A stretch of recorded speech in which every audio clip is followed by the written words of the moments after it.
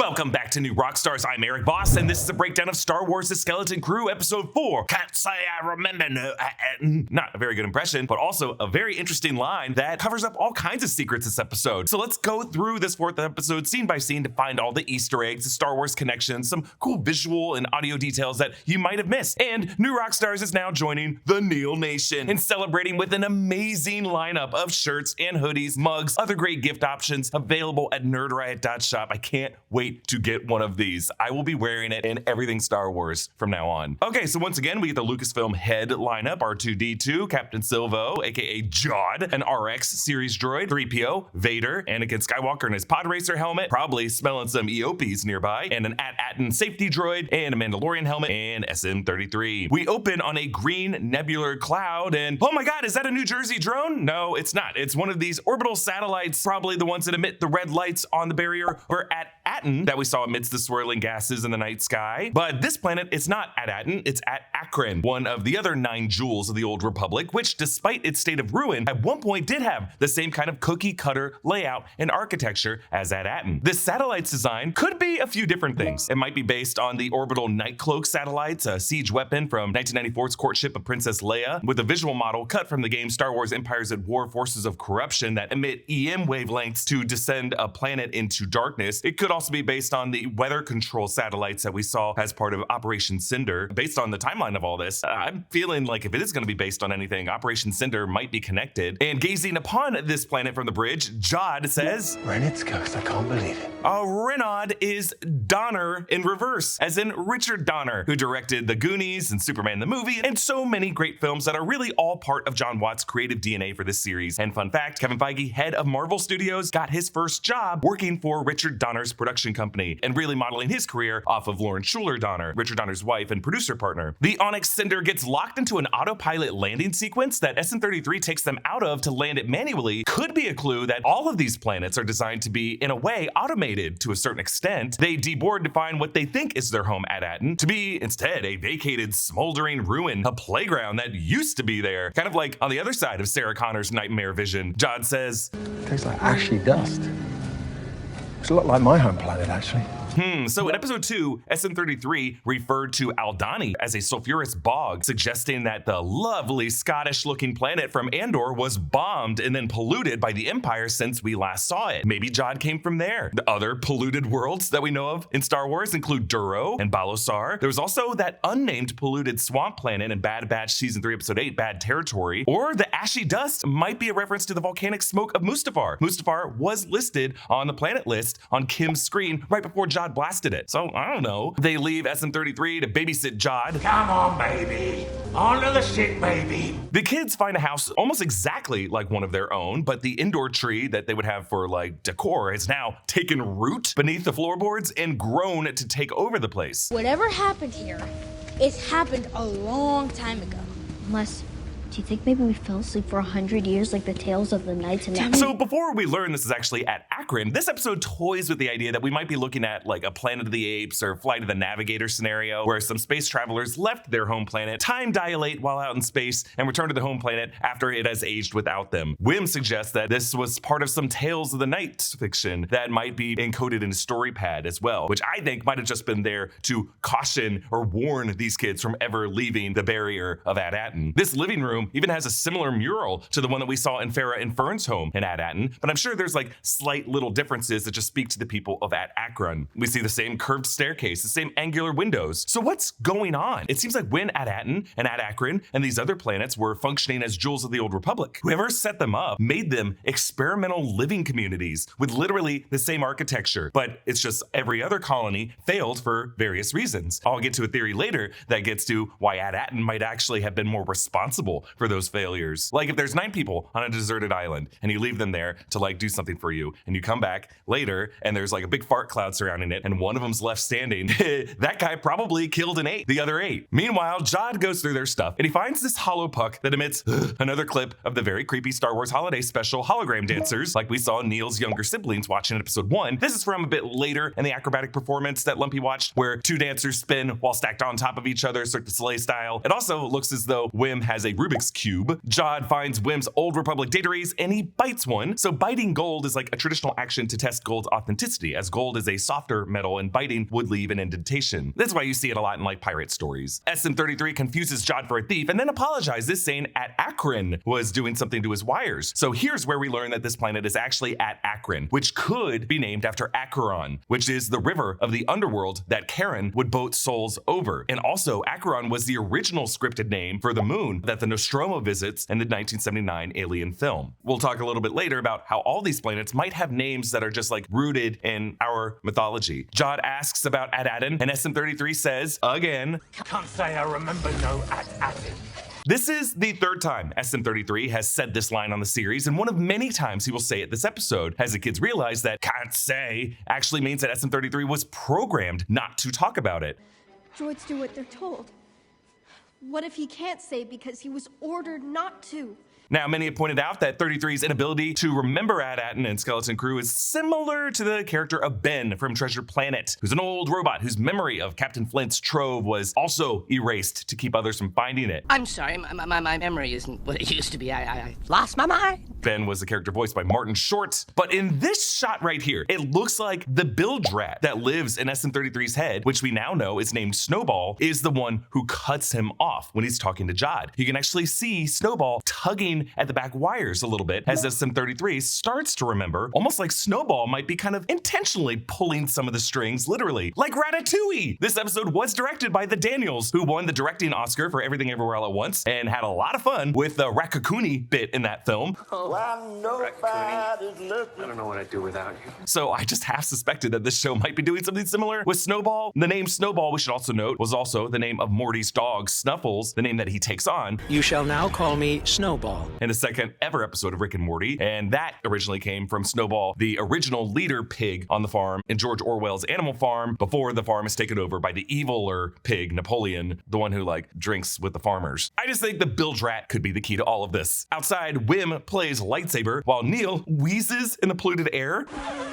This smoke is clogging my trunk. He's like the asthmatic kid with the inhaler. I love him. The smoke clears and there's a headless statue that looks a lot like the statue that we saw in the At Attin City Center in episode 1. So why is this one headless? Well, you know, there are some parallels to Planet of the Apes with the Statue of Liberty ruins that they find, but it also reminds me a bit of the headless statue of the fallen king of Gondor that Frodo and Sam find in the Return of the King extended edition. Specifically, I don't believe Tolkien ever identified what exact king that was. Now, behind the kids, we see a busted city tram, you know, like the school bus driven by the RX droid. Later, we'll see how this tram actually does have an RX droid pilot still inside of it. A blaster bolt hits that statue and scares off the birds. KB, weirdly, does not duck. Like, she often doesn't hide from danger and kind of needs others to compel her to get out of the way. The girl who finds them is Hana, played by Hala Finley, and she's part of a group called the Troik. The word Troik recalls the Russian-rooted word of troika, meaning a group of three or a vehicle pulled by three horses. Hana carries this specific blaster that kind of looks like a Dalek gun from Doctor Who. Hana warns of a Hattin patrol. So Hattin is another term that we haven't seen in Star Wars before, but I was thinking maybe it's a nod to a Disney vlogger named Adam Hattin, but I actually think it might be a variant of At Attin. Hattin, At Attin, and that At Attin might have been the one to survive of these 9 jewels by destroying the other 8. Like maybe at some point since the Old Republic, these 9 jewels were still okay, and then the Onyx Cinder's captain, the one who SM-33 reported to, basically is like, hey, we don't need to also have 8 others. Why don't we just like plunder those 8 other ones, right? Look, it all comes down to Lost and the Dharma Initiative. You try to have an experimental utopian society, eventually you're gonna get a Ben Linus in there who just takes advantage of the situation. Do you really blame me?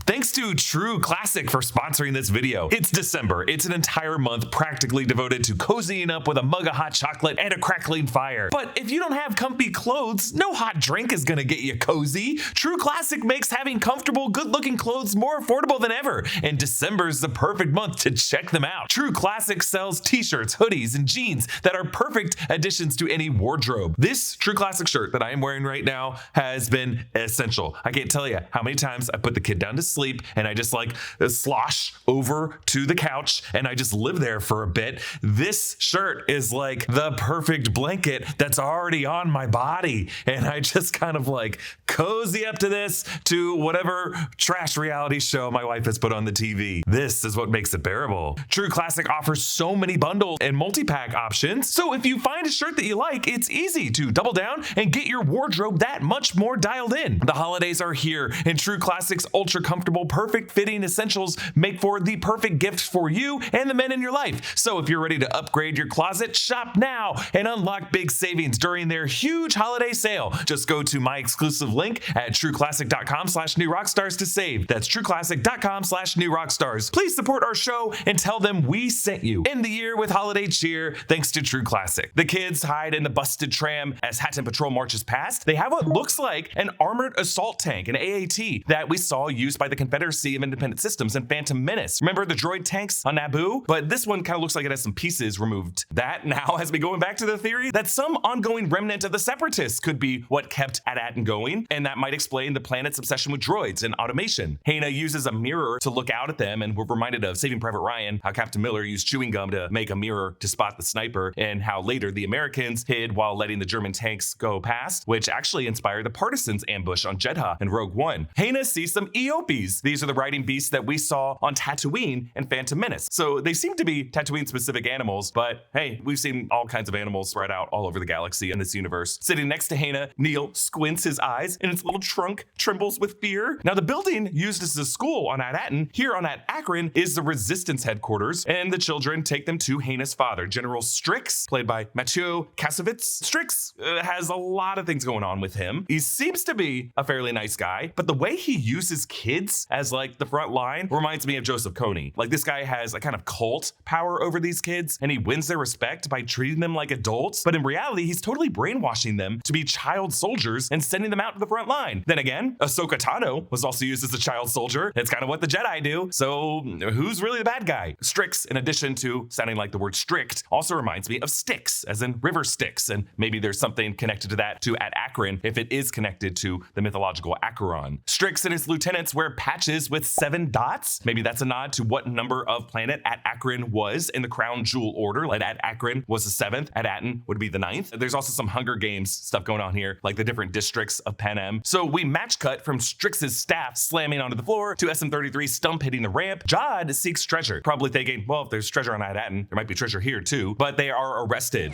Yeah, I remember warriors like these. If SM-33 recognizes the Hattons, that could be a reference to his past experience with a more important role with whoever his captain was, and if that captain did come from At Attin to help him plunder this neighboring jewel. Hana pulls Neil out by his trunk to the roof of the school where they receive rations. In addition to humans and Ithorians, At Attin has a bunch of other species. We see some Rhodians walking around, and then this green species that we were wondering might be an offshoot of Runa's species. Hana says the Hattons stole a herd of their Eopes. The beast may stink, but our lives depend on them. The stink is a reference to the Eope fart from the Phantom Menace extended edition scene.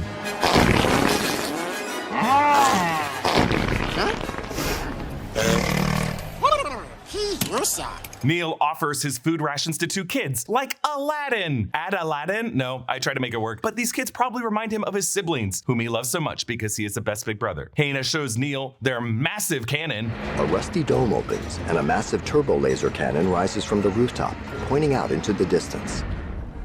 This weapon still works from the old days. Its strength is what keeps us safe here. So the episode's audio description on Disney Plus calls this a turbo laser cannon. Turbo lasers are like the mounted cannons that you see all over ships and Star Destroyers, like along the trench on the Death Star. Now, we don't know if the old days refers to the Galactic Civil War or the Clone Wars or even earlier, but the soldier near Hana seems to be wearing a repurposed Imperial AT-ST pilot helmet with the goggles removed. So this turbo laser cannon might have been harvested from the debris of the second Death Star that had been destroyed over Endor, and then maybe just had its metal plating removed just to show the machinery underneath the shell, which would mean that the Resistance on this planet of At Attin acquired this relatively recently, if all of these jewels are pretty old. Neil argues directly against this franchise being called Star Wars by saying fighting is bad. He says his one fight was when his little brother Jorko took his protractor and Neil tripped on the credenza and Jorko jumped on his head. Protractor and credenza, I don't know why this girl is like, yes please, but he scoots a little closer closer to Hana. Sorry, Runa, our man has moved on. Back in the armory, Wim picks up what looks like some kind of heavy repeating blaster, and it blows him off his feet. And a side detail in this episode, I love the close-ups of Wim adjusting the settings on the rifle, like a dial that he cranks up. Reminded me of Marty McFly cranking up the amps in Back to the Future before it blowed him off his feet.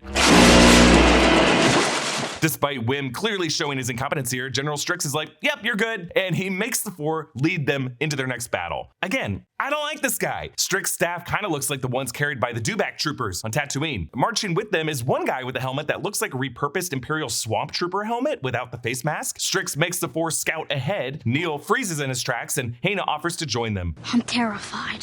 When I feel that way, it is better to be with a friend. Friend?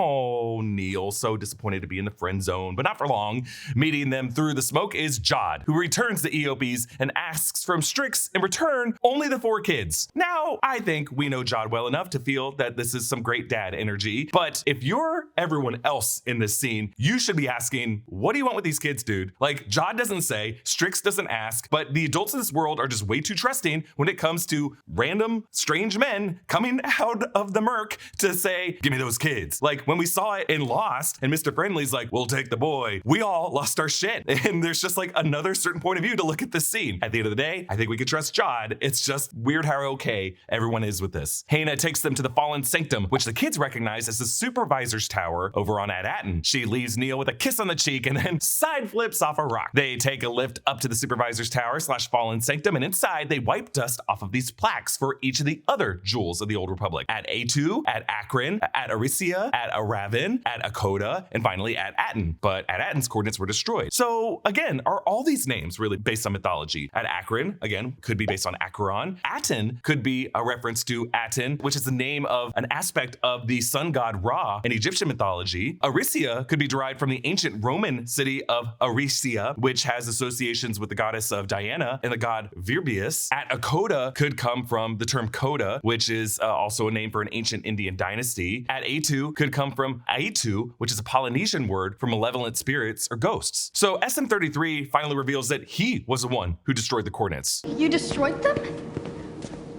When? When I was there before, with my old captain.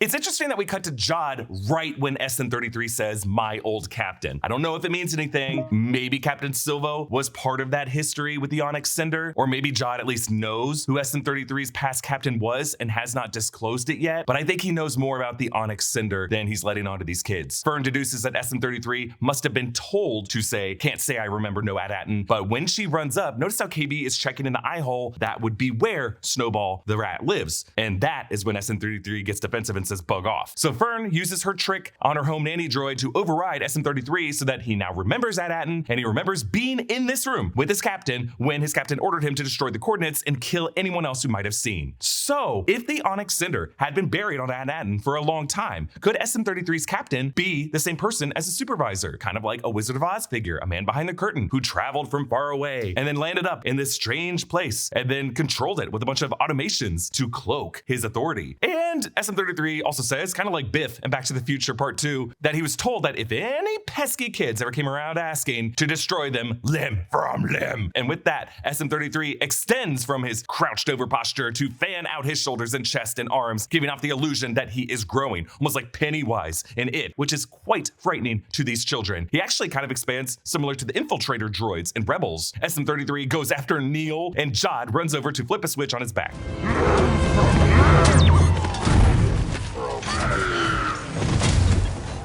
Neil is okay, but he passes out from the intensity. Really, I think he's passing out from that kiss on the cheek that he got earlier. Again, we have some great Neil shirts that you can grab at nerdriot.shop. And also, another great way to support us is to consider joining our channel membership by hitting that join button over by subscribe. It is another great way you can support what we're doing here at New Rockstars and get access to some custom emotes and some other benefits we'll be talking about in the coming week. Follow me at EA Voss and subscribe to all 3 channels in the New Rockstars network for breakdowns and news coverage of everything you love. And be sure to check out our Q&A about this episode over on the Break Room channel. Thanks for watching, and since episode 5 is going to be dropping during the week of Christmas, we may be taking that week off, and you can check out our breakdown of episode 5 and episode 6 the week after. Thanks for watching, and I'll see you next time. Bye.